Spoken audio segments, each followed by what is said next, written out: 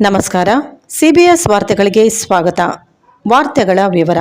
ನದಿಯ ಪ್ರಾಮುಖ್ಯತೆ ಕಾಪಾಡಲು ಹಾಗೂ ಜಲಮೂಲಗಳ ಸಂರಕ್ಷಣೆಗಾಗಿ ಅರಣ್ಯ ನಾಶ ತಡೆಗಟ್ಟಲು ತುಂಗಭದ್ರಾ ಜಲ ಜಾಗೃತಿ ಜನಜಾಗೃತಿ ಪಾದಯಾತ್ರೆ ಮುಖ್ಯ ಉದ್ದೇಶವಾಗಿದೆ.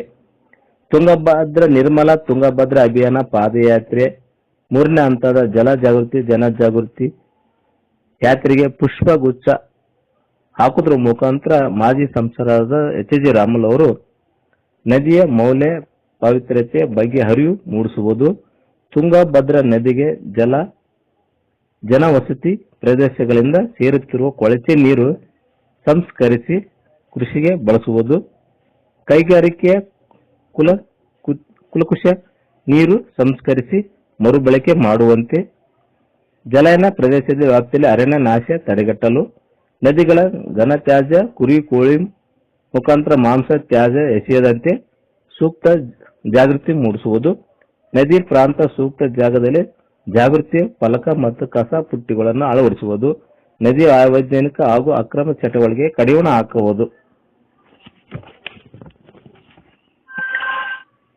ಈ ಅಭಿಯಾನಕ್ಕೆ ನನ್ನ ಸಂಪೂರ್ಣ ಬೆಂಬಲವಿದೆ.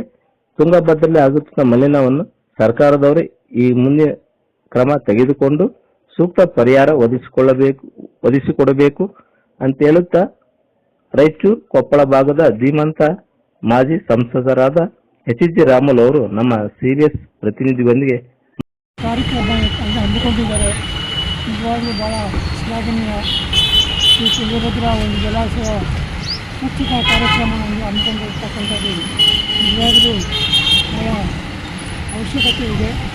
ಇದನ್ನು ನಮ್ಮ ಗೌರ್ಮೆಂಟ್ ಗಮನಕ್ಕೆ ತಗೊಂಬಂದು ಮಾಡ್ತಾ ಇದ್ದಾರೆ.